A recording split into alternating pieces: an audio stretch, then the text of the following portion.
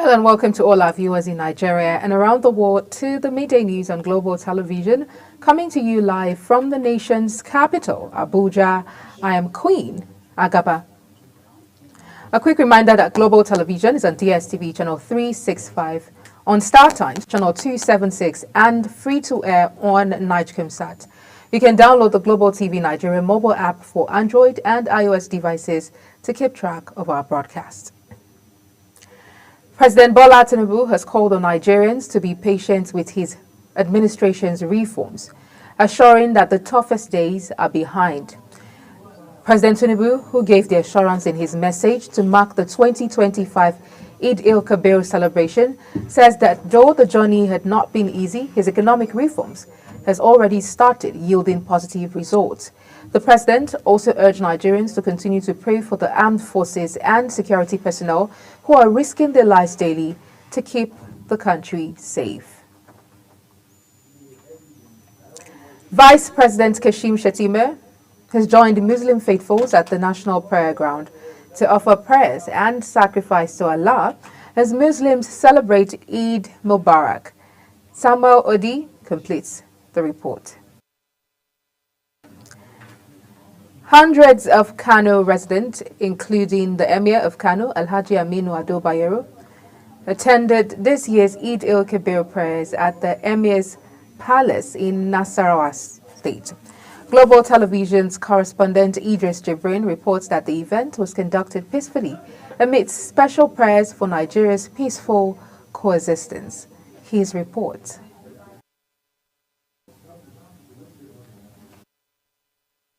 Well, we'll bring you that report subsequently. As Muslims across the country celebrate this year's Eid al-Kabir, the Nasarawa State chapter of the Labour Party has called on Muslims to pray for the victims of flooding in the Mokwa local government areas of Niger State. This was contained in a Salah message signed by the state's party chairman, Alexander Umbuku, and made available to journalists in Lafia, the state capital. He noted that based on available information, the devastating floods, which started last Wednesday, not only led to the death of over 160 persons, but also resulted in the destruction of more than 100 houses. The Zamfara state government has urged residents to continue praying for an end to banditry in the state. In a nationwide broadcast to mark the Eid Kabir celebration, the acting governor, Mani Mumuni, commended the people for their steadfast prayers and support for Governor Dauda Lawa's administration. He called on them not to relent. Mumuni expressed gratitude to God for the successes recorded by Lawal across various sectors, attributing the achievements to the persistent prayers of the citizens. The Christian Association in the 19 northern states and the FCT has urged Nigerians in positions of authority, particularly the political leadership, to make a double sacrifice to secure Nigeria, just as Muslims offer sacrifices in obedience to God during Salah. The chairman of the association, Reverend John Joseph Hayab, gave the advice in a Salah message to the Muslim faithfuls as they join other parts of the world to celebrate Eid al-Kabir. The religious leader further advised the political elite to act in consonance with their constitutional obligation and moral responsibility in the interest of every Nigerian.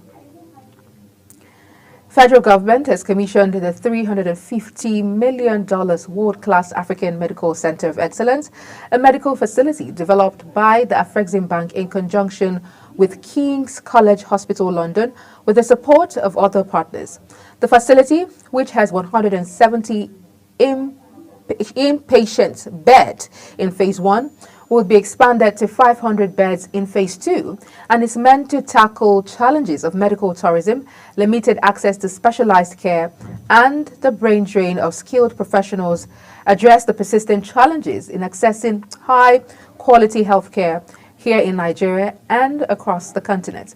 Speaking at the commissioning of the facility in Abuja, President Tinubu says Nigeria is proud to host the largest stem cell laboratory in West Africa, located within the center, adding that with the planned medical and nursing school on the campus and with partners ranging from King's College London to University of Wisconsin. President Bola Tinubu has warned officers and men of Nigerian police force against intimidation and abuse of the masses they are paid to protect, noting they must uphold the rule of law and reject all forms of misconduct. The president, who was represented by the President of the Senate, Godswill Akpabio, stated this at the second annual IGP's Award and Commendation Ceremony in Abuja.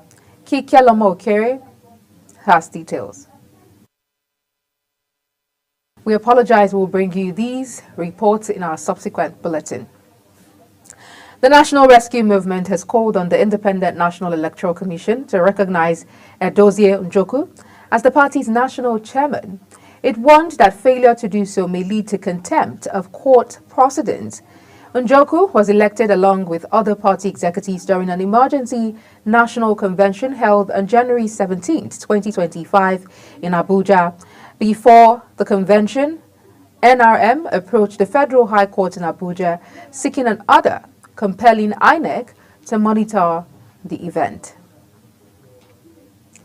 A non-governmental organization, Age Green Campaign Initiative, has made a case for plastic pollution to be tackled with a sense of urgency. Speaking during an awareness walk as part of activities to mark this year's World Environmental Day, Executive Director of Age Green Campaign Initiative, Simeon Odo, says the major significance of the day is to heighten awareness on plastic pollution, which he noted has become a phenomenon that continues to pose an environmental menace and health challenge for people all over the world.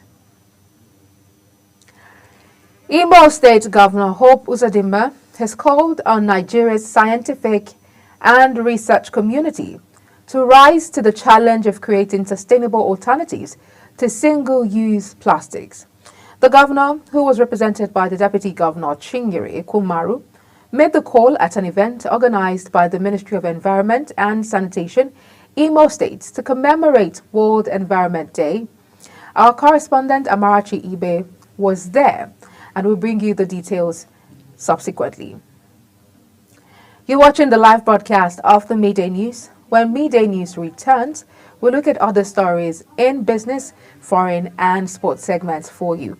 Please stay with us.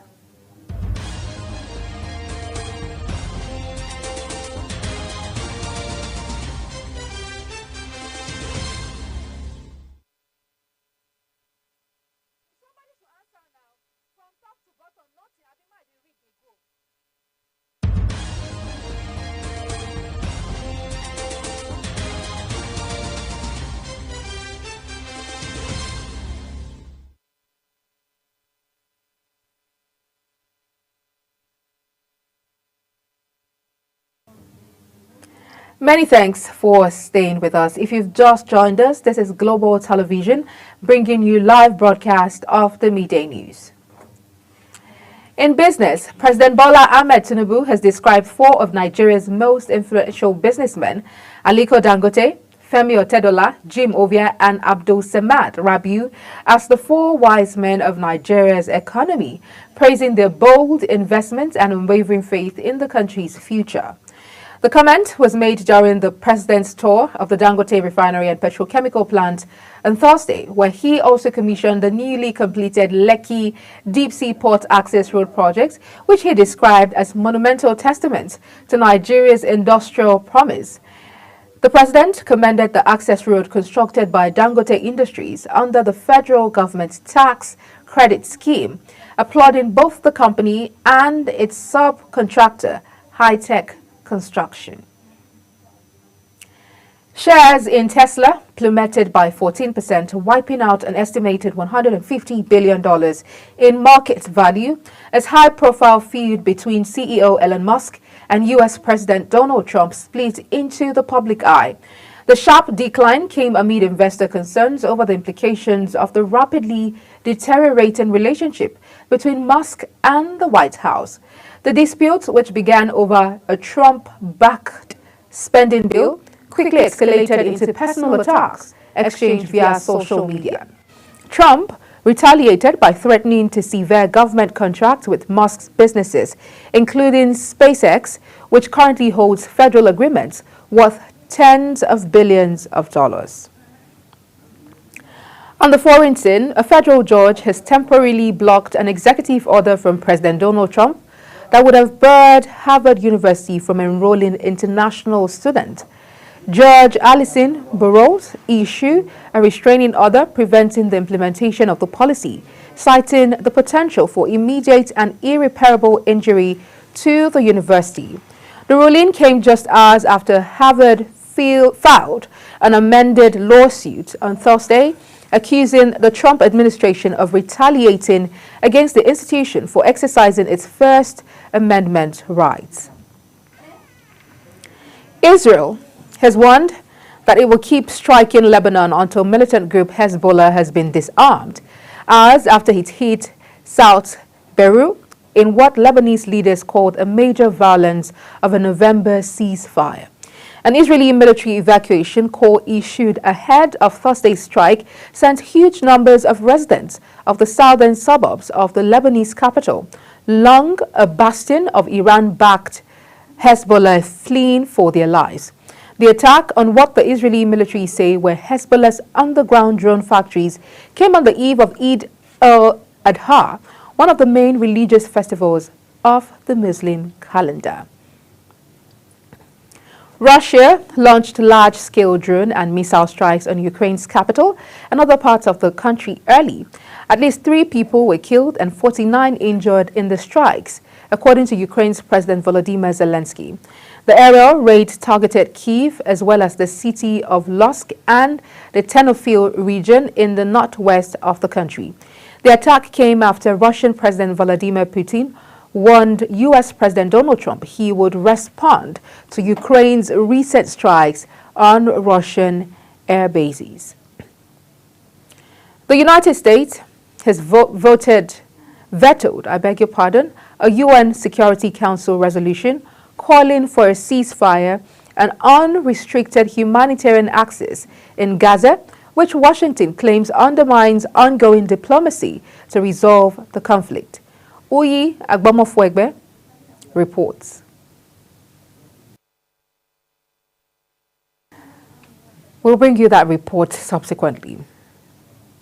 In sports, Ogun State Governor Dakpo Abiodun has reaffirmed his administration's commitment to positioning the state as a hub for local and international sporting events following the successful hosting of an international friendly match between Nigeria and Cameroon at the MKO Abiola Sports Arena in Abeokuta. Speaking to journalists after the Super Falcons defeated the Lionesses of Cameroon 2-0, Abiodun disclosed that more events were lined up for the arena, which includes the Under-18 and Under-20 African Athletics Championships and the WAFU regional competitions. The governor says this international fixture demonstrated the success of the state's strategy to attract high-level sports engagement. The 12th edition of the Golf and Tour Charity Tournament ended in Minna, Niger State, with Oba ASK Makinde emerging as the overall winner. The 2-day event, which was the 12th in the series, began at the Minna Cantonment Golf Club. AVMC Arorio Day retired, the leader, Golf and Tour Charity Association, was on the ground along with other dignitaries and association officials to grace the event. The annual golf competition, staged twice every year, saw no fewer than 150 golfers competing for honors in the different categories. That's it on Global Television's Midday News. A quick reminder that Global Television is on DSTV channel 365, on Star Times channel 276, and free to air. Kindly follow us across all social media platforms using @GlobalTVNG and other handles now showing on your screen. You can also download the Global TV Nigeria mobile app for Android and iOS devices to keep track of our broadcast. I am Queen Agaba. Thank you for watching and see you again.